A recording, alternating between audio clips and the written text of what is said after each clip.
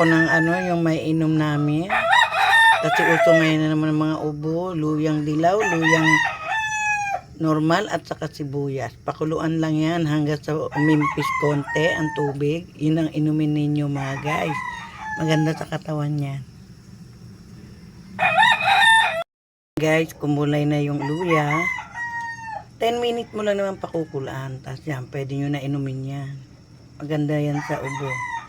Sa baga, sa lalamunan. Yan. Sibuyas na normal, sibuyas na pula, luya na, yung normal na luya, tapos isang luya na dilaw. Yan guys.